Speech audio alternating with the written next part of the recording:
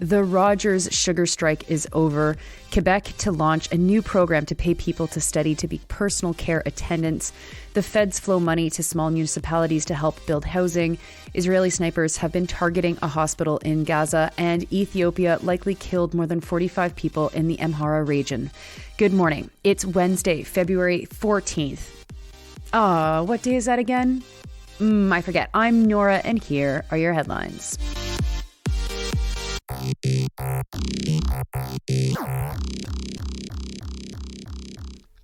First, the Rogers sugar strike is over. The 140 members had been on strike since September over management's desire for them to work 24 hours, 7 days per week.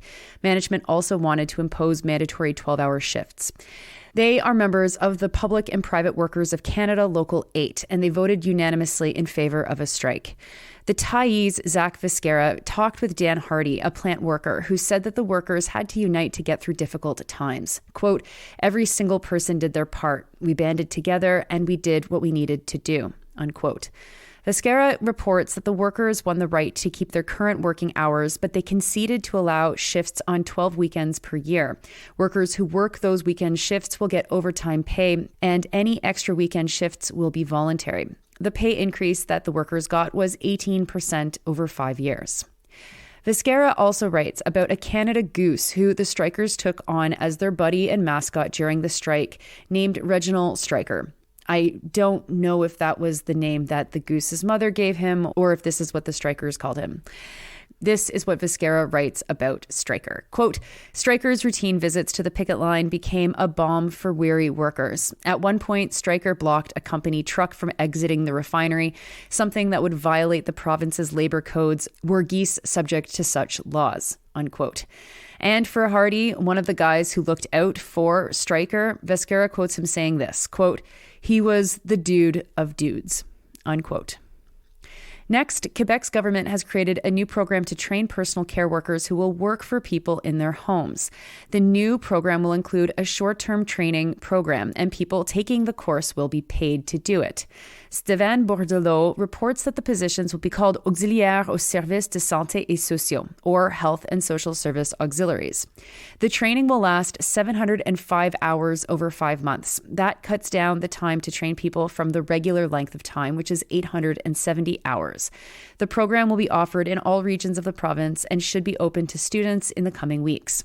The hope is that these positions will take the pressure off people relying on private agencies to staff personal care worker positions. For the 5-month training, students will receive $12,000, but they have to commit to working for at least 6 months in Quebec's health system after they finish. There is already a new program which has been operating since last May to accelerate the training for workers who work in CHSLDs and RPAs, or long-term care and retirement homes. That is also paying people a $12,000 bursary as well. The goal was to recruit and train 5,000 people through that program, and so far, 3,000 people have gone through the training. Bordelot doesn't quote any unions or professional standards groups in the piece, so I'm not sure if there were concerns that these trainings would be too short, or if it's fine because the people will learn mostly on the job anyway. But Le Syndicat Québécois des employés et employés de service, affiliated with the FTQ, welcomed the new jobs and said that they were committed to working with the government to ensure that these workers will be paid and supported enough to be successful. Next, to the federal government. The Canadian press is reporting that the federal government is spending $176 million to send to 60 rural communities for 50,000 housing units. I did some math for you. That is about $3 million per community if you divide it equally, which of course it isn't likely to be.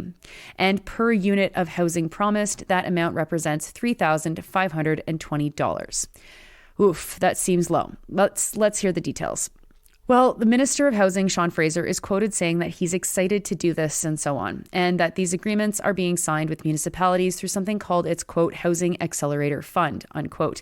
Basically, municipalities get money in exchange for making bylaws and regulations more friendly to more home building. Those are the Canadian Press's words, coming from a small town where there's always pressure to destroy farmland and forest by building two big, hideous houses that would have rotten windows on them within a decade. I'm always weary about these kinds of exchanges without hearing what exactly the bylaws and regulations that would change are. Interestingly, the amount of the deal with all rural communities in Canada is the same amount that the federal government has reached with Ottawa alone. The article doesn't end up saying what regulations need to be targeted or changed, but it does end with a note that these updates are being made at the same time that, quote, support for the party is tanking, unquote. It's so interesting to me how little information we actually get related to housing when it comes to housing reporting and housing news. Like, if it's as simple as forcing municipalities to change bylaws to build more housing, then that probably would have been the way that this story is talked about all the time. But we know that the critical reason why housing has gotten so expensive in Canada is because the federal government got out of affordable housing and housing that was public.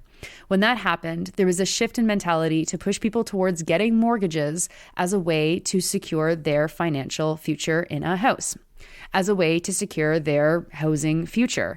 We know how that happened, how that turned out. And so I'm really confused thinking what exactly about $3,000 per new unit of housing that is built within a municipality is actually going to go to building homes.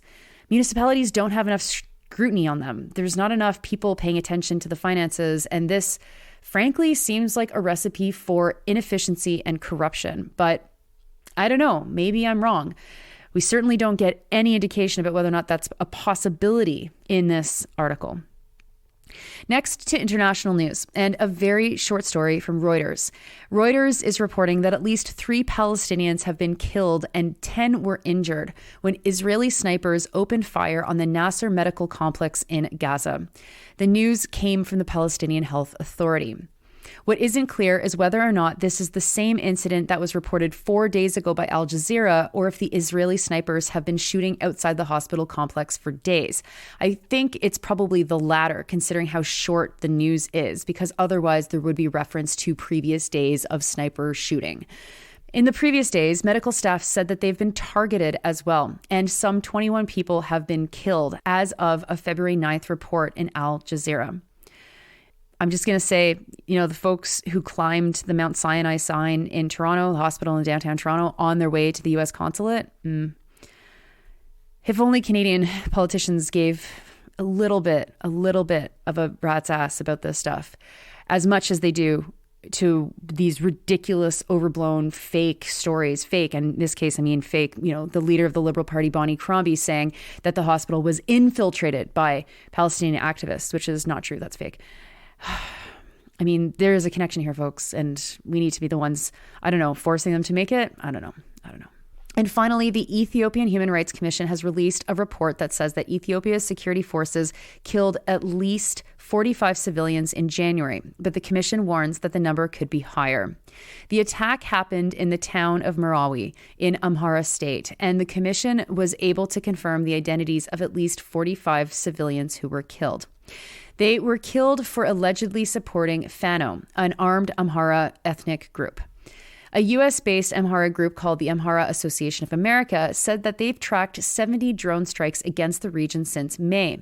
Al Jazeera notes that the Ethiopian army is the only group that has armed drones in Ethiopia.